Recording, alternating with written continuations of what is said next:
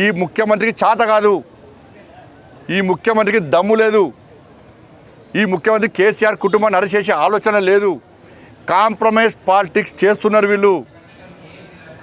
అరే ముఖ్యమంత్రినే ఎత్తుకపోయి జైలు పెట్టిర్రు, డ్రోన్ అని ఇంకో కేసు అని బెయిల్ రాకుండా చేసిర్రు, బిడ్డ పెళ్లికి లేకుండా చేసిర్రు. ఏడవైందే ముఖ్యమంత్రి పౌరుషము.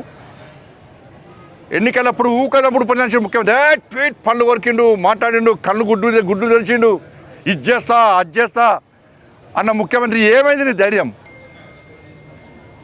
ఏమైంది ధైర్యం? అయింది నీ పౌరుషం? ఏమైంది నీ లోపల పిరికితనం? ఎందుకు వచ్చింది?